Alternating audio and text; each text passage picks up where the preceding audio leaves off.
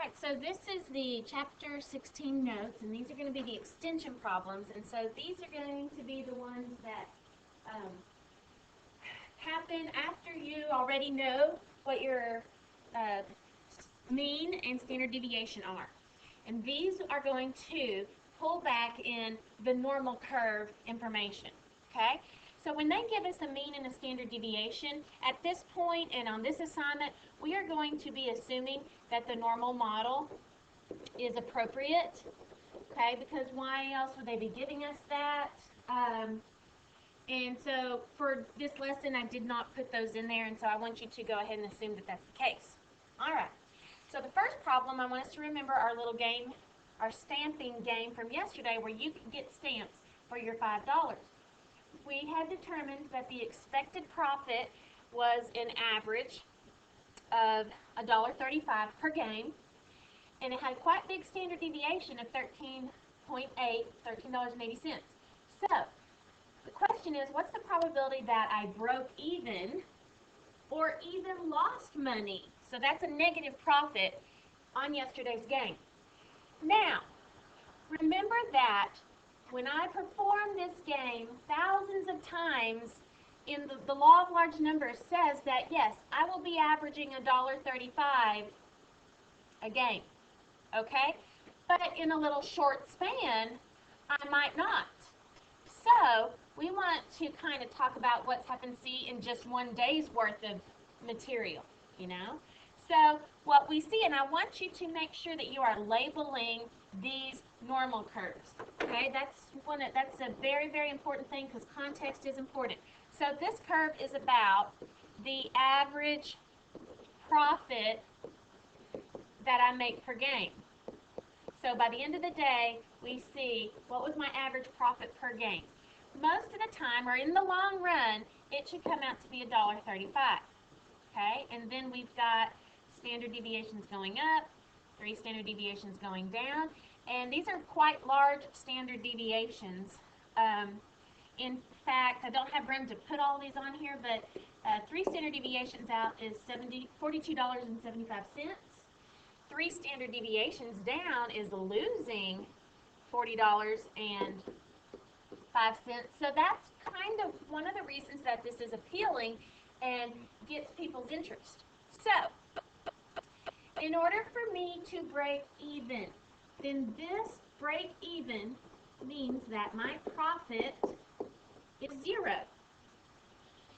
So, I'm expecting that to happen, say, somewhere to the left of this $1.35. So break even, and then if I lost money, then I would have a negative profit.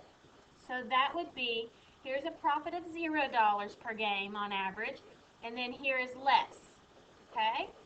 So my question is, what is the area of that shaded region? Well, you're going to have to remember from the normal curve, you have to find the location of this 0 line, and that's a z-score. So I go 0 minus the mean, okay? Because remember, z-scores are x minus the mean over the standard deviation.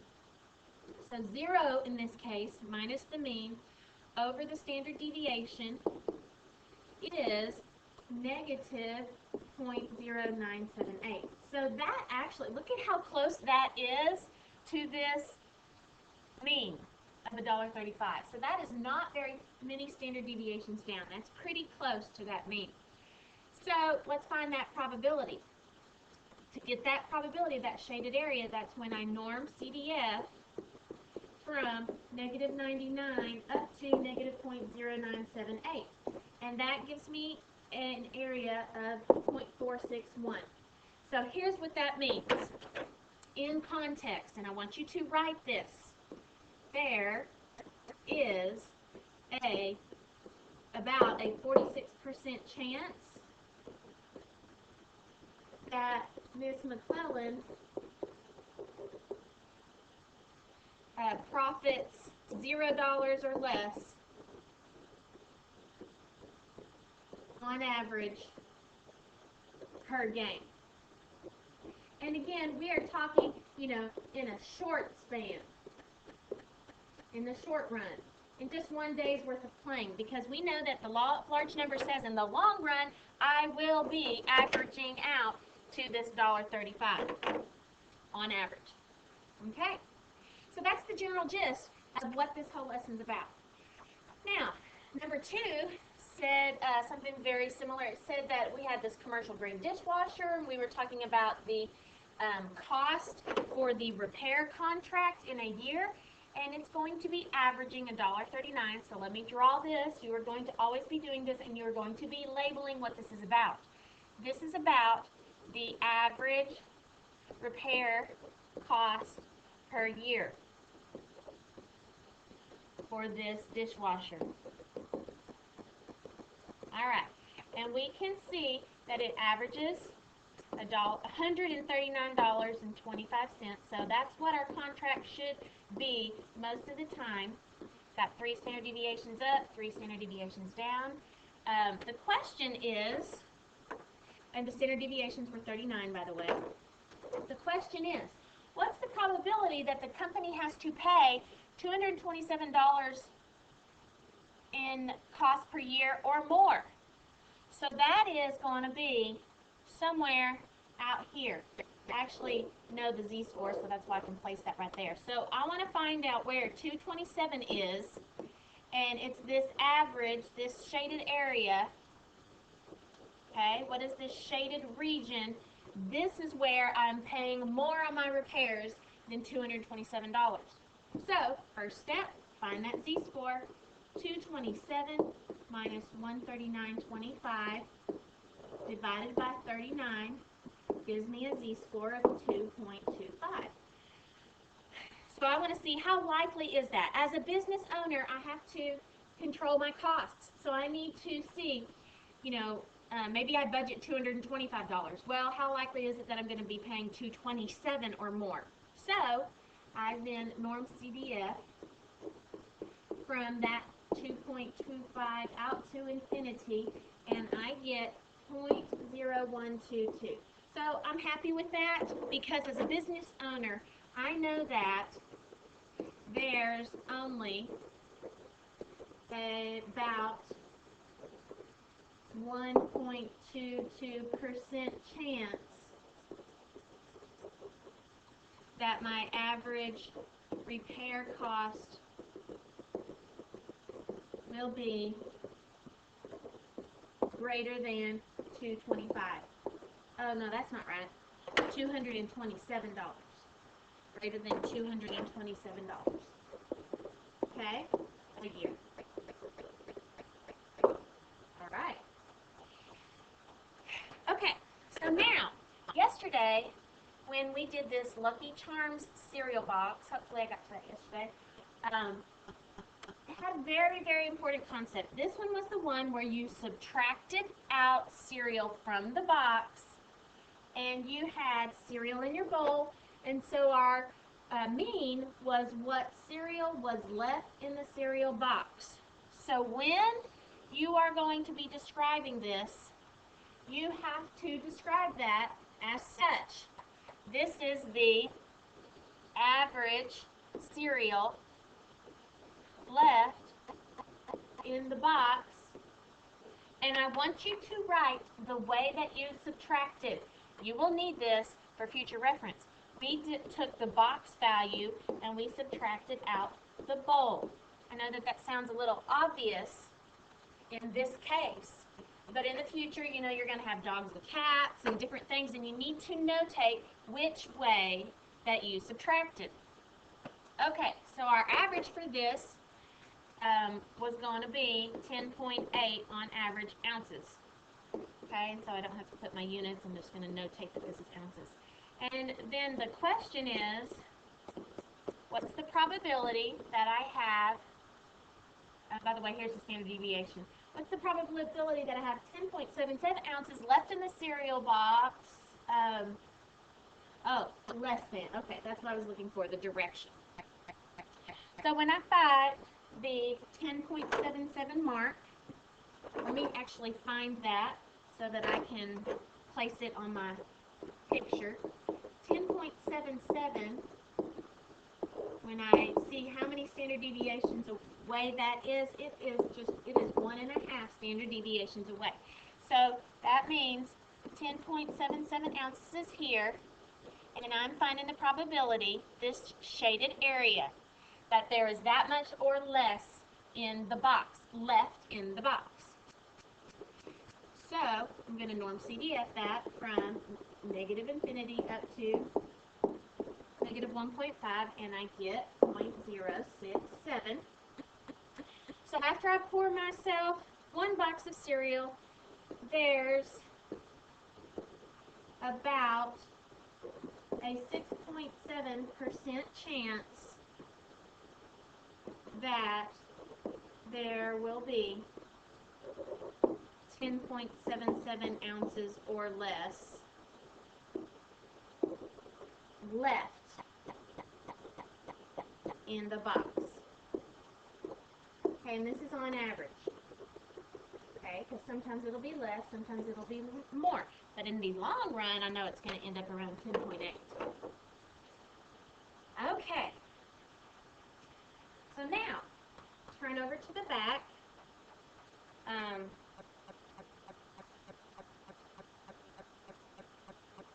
going to let you kind of try number 4.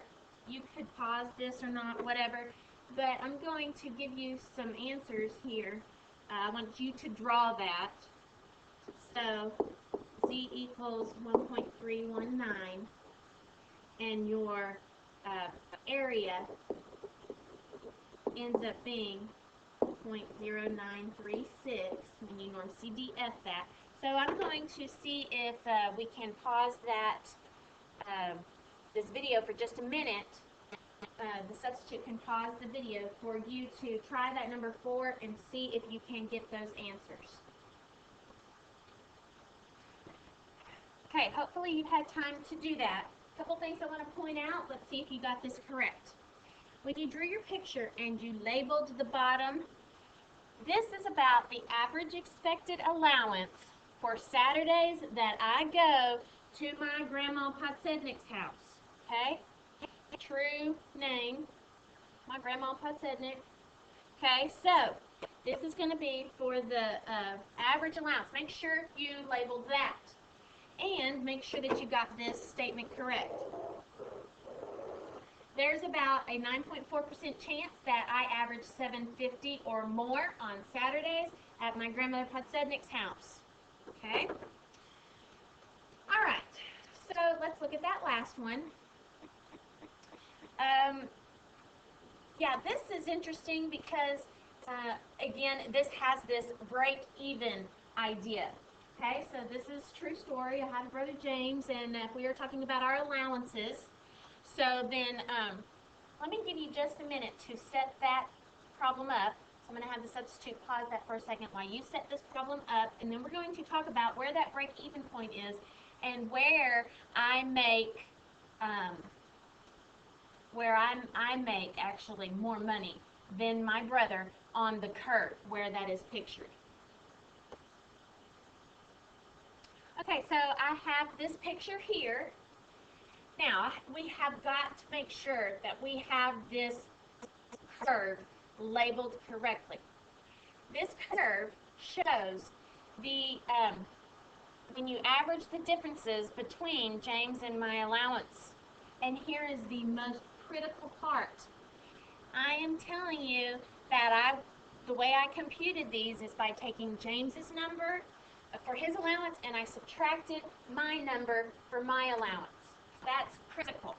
Now, because I'm interested in where the average is going to be about the same amount, that's going to be where James and me have about the same, or have the same allowance, which means that when I subtract them, I get 0. So this is that break-even point.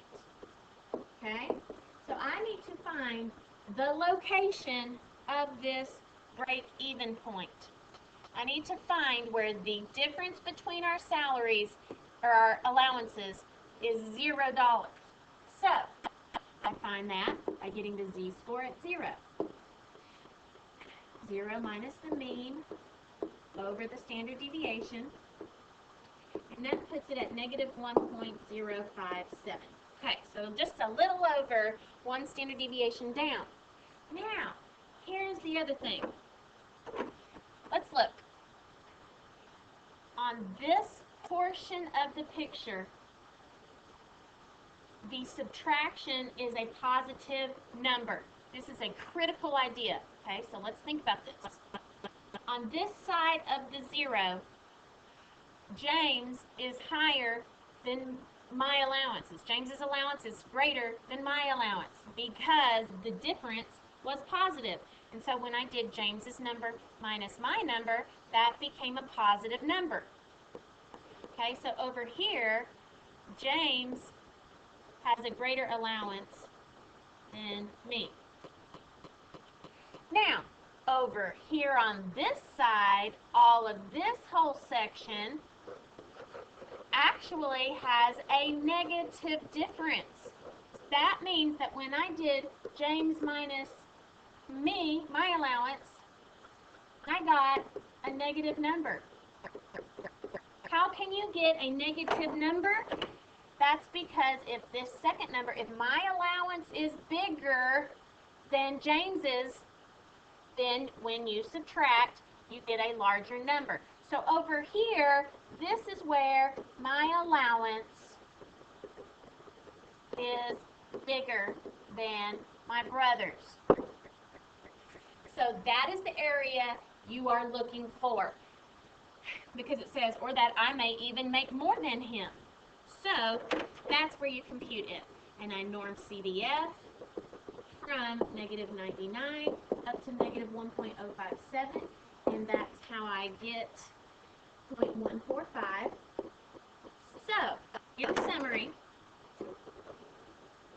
there's about a 14.5% chance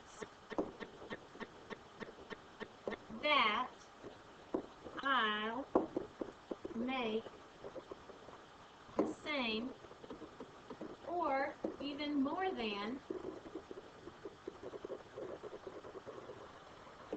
James's allowance. We might say, on average, because I would be averaging in the short one. I would maybe just be averaging for a few months. So see, for a few months, it could come out a little off. But of course, in the long run, it's going to, the law of large numbers, end up that he averages more than $2.60 per month. Okay, so with this, you now can do all of the Part C questions, which are the extension questions, on the Chapter 16 homework Part 2. So you need to have that finished for Thursday.